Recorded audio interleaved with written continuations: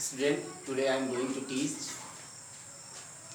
class 10 subject SST Geography chapter 4, it means agriculture part 5.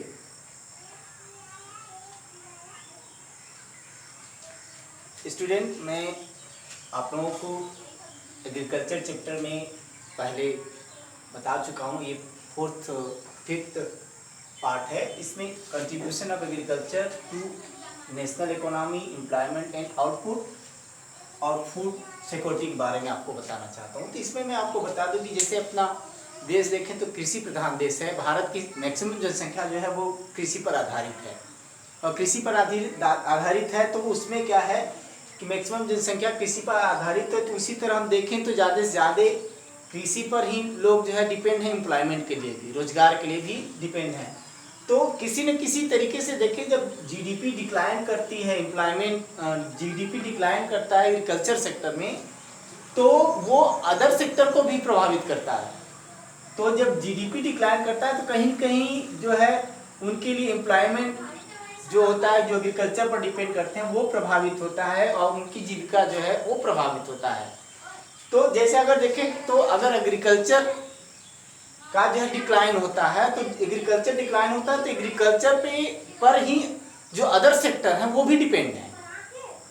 तो other sector भी जब उस पर डिपेंड है तो करना क्या है, जब अदर सेक्टर उस पर डिपेंड है तो जब ये प्रभावित होता है तो भी प्रभावित है। कैसे? जैसे कि अगर हम देखें कि कोई और इंडस्ट्री है या कोई और भी जो सेक्टर, मैन्युफैक्चरिंग सेक्टर है, तो उसमें देखें तो जो रॉ मटेरियल है उसके लिए एग्रीकल्चर पर डिपेंड है। जब रॉ मटेरियल ही प्रोडक्शन प्रभावित होता है तो मैन्युफैक्चरिंग के लिए, प्रोडक्ट बनाने के लिए रॉ मटेरियल की आवश्यकता होती है, तो वो किसी न किसी तरीके से प्रभावित होता है। इसमें अनएम्प्लॉयमेंट ज़्यादा होता है तो लोग जो है मूव करते हैं उसके लिए। लेकिन इसके लिए भी जो है जब एग्रीकल्चर सेक्टर में जो है प्रोग्रेस होता है तो जो है एम्प्लॉयमेंट सेक्टर, जो एम्प्लॉयमेंट है वो एग्रीकल्चर में भी मिलता है, इसके अलावा जो मैन्युफैक्चरिंग है उसमें भी मिल पाता है। तो इस तरह देखें कि जब डिक्लाइन जीडीपी में होता है, एग्रीकल्चर जीडीपी में, जो कि देश के इकोनॉमी में हेल्प करता है, तो कहीं न कहीं जो है वो मैन्युफैक्चरिंग पार्ट भी प्रभावित होता है। और जब प्रभावित होता है, डिक्लाइन करने लगता है, तो डिक्लाइन करने पर जो अपना गवर्नमेंट है, गवर्नमेंट ऑफ इंडिया, उन्होंने उनके द्वारा एफर्ट किया गया कि इसको जो है जीडीपी जो है एग्रीकल्चर का भी इंक्रीज किया जाए। तो उसके लिए कई प्लानिंग किया गया उनके द्वारा। वो प्लानिंग जो है Indian council of agriculture research को स्थापित करके, जिससे कि एग्रीकल्चर रिसर्च किया जाए, और रिसर्च करके जो है अलग अलग क्षेत्र में जो है अलग अलग एग्रीकल्चर यूनिवर्सिटी की स्थापना की गई। यूनिवर्सिटी में अलग अलग रिसर्च सेंटर बनाया गया। रिसर्च सेंटर के द्वारा जो है अच्छे जो है बीज, अच्छे फर्टिलाइजर्स, इन सारी चीज़ों का जो है वो वहाँ रिसर्च होने लगा और ये प्रोवाइड किया जाने लगा जो है एग्रीकल्चर के लिए कृषकों को। तो फिर क्या है, फिर वहाँ वेटरनरी सर्विस अच्छा प्रदान किया जाने लगा। वेटरनरी सर्विस प्रदान करने से जो उनके मवेशी थे किसानों के, उन पर ध्यान दिया गया और उनके स्वास्थ्य की सुविधाओं को ध्यान दिया जाने लगा। इस तरह से तो इंक्रीज होने लगा। इसके बाद एनिमल ब्रीडिंग सेंटर बनाए गए, अच्छी किस्म के अच्छे जो है एनिमल या जो जानवर हैं उनका पालन कर सके, उसके लिए जो है ब्रीडिंग सेंटर बनाया गया कि अच्छे प्रकार के जो कह लीजिए कि जो गाय भैंसे या उनसे कैटल्स हैं वो अच्छी किस्म के कैटल आ सकें उनके पास, उसके लिए। और हार्टिकल्चर डेवलपमेंट डिपार्टमेंट बनाया गया कि फ्रूट है, वेजिटेबल्स है, उनको जो है किस तरह से प्रोडक्शन बढ़ाया जाए, और प्रोडक्शन बढ़ाने के साथ साथ जो है किस तरह उस डिपार्टमेंट में डेवलप हो, जिससे कि एग्रीकल्चर सेक्टर में जो है डेवलप हो सके। तो इस तरह जब ये जो है डेवलपमेंट किया गया, तो डेवलपमेंट करने से कहीं न कहीं इंक्रीज हुआ, कहीं न कहीं जो है प्रोडक्शन इंक्रीज हुआ, जीडीपी जो है वो बढ़ी इंडिया की। लेकिन फिर क्या है, आज के दिनों में देखें तो बहुत सारी ऐसी समस्या है जिसके कारण फिर ये जीडीपी कहीं न कहीं प्रभावित हो रही है।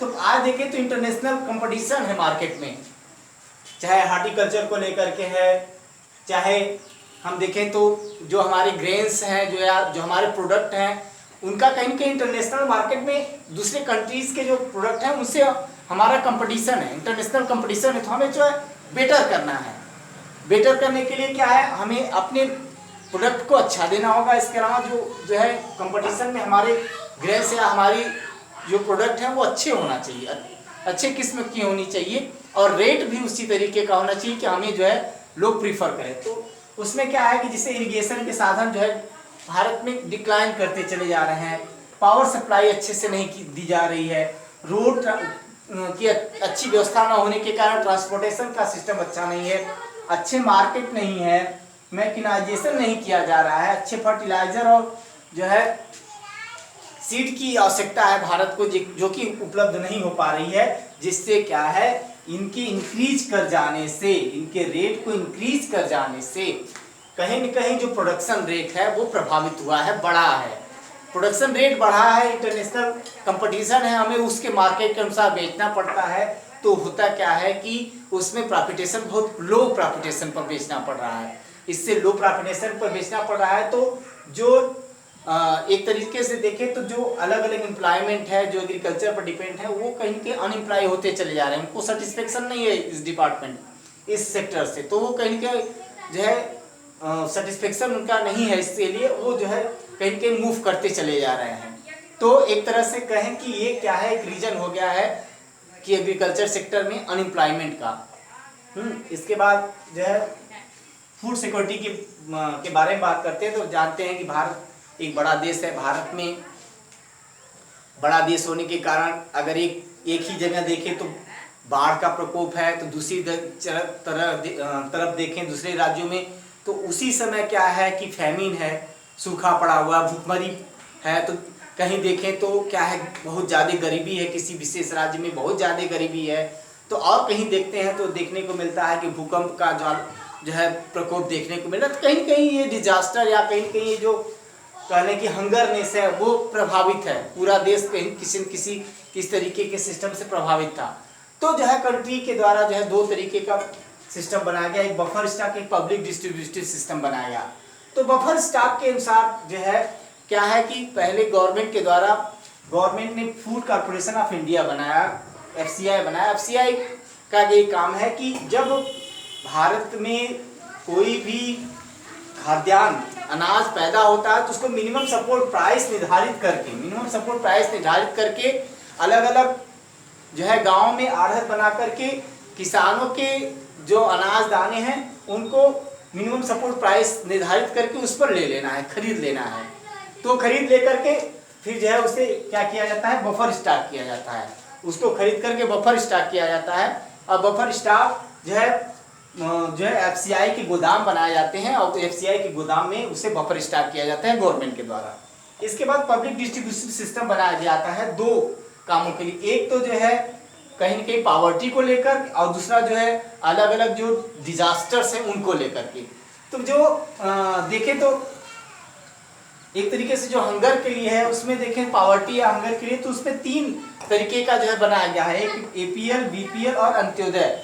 APL सिस्टम बनाया गया है above poverty level, APL above poverty level, BPL below poverty level और अंत्योदय बनाया गया, जो कि BPL से भी नीचे माना जाता है कि वो जो है पॉवर्टीनेस है उनके। तो क्या है इसमें डिस्ट्रीब्यूशन के लिए ग्रामीण क्षेत्रों में अलग अलग गांव में जो है एक राशन की दुकान बनाई गई है। राशन की दुकान पर बहुत सस्ते दर पर इन तीनों कार्ड धारकों को, जिसमें कि BPL और अंत्योदय को ज्यादा अन्न दिया जाता है, APL को कुछ कम अन्न दिया जाता है, लेकिन एक चीप रेट में जो है इनको प्रदान किया जाता है, जो कि गवर्नमेंट के PDS system, PDS public distributive system, PDS system के द्वारा जो है ये वितरण किया जाता है चीपर रेट में, जिससे कि उनको जो है अपने पूरे वर्ष भर के लिए भोजन के लिए जो है व्यवस्था हो सके, तो PDS सिस्टम से उनको दिया जाता है। इसके बाद कहीं डिजास्टर आता है, फेमाइन हो, फ्लड हो या अर्थक्वेक हो, तो इस अवस्था में भी जो है PDS सिस्टम से जो भी कार्ड धारक हैं या नहीं हैं, जिनको देखें कि जिस एरिया में आया है वहाँ देखें तो वहाँ के जो लोग हैं उनको पूरी तरीके से भोजन प्रदान करने की जो है सुविधा दी जाती है गवर्नमेंट के द्वारा। PDS सिस्टम से उन्हें अनाज प्रदान किया जाता है कि जब तक वो इस्टेब्लिश नहीं हो जाते हैं भारत सरकार के द्वारा इस तरह का हेल्प उनको दिया जाता है। तो ये फूड सिक्योरिटी है जो कि भारत के द्वारा किया जाता है। और ये देखें तो कई बार भारत में ऐसा हुआ कि जो है फैमिन आया और कई डिजास्टर आया, लेकिन उस अवस्था में पीडीएस सिस्टम अपना सफल रहा, जिससे कि भारत के लोगों को जो है खाद्यान्न उपलब्ध कराया जा सका। आज की वीडियो में इतना ही, आगे की वीडियो में फिर मैं आपसे मिलूँगा अगला टॉपिक लेके। आज के लिए इतना ही, दैट्स ऑल।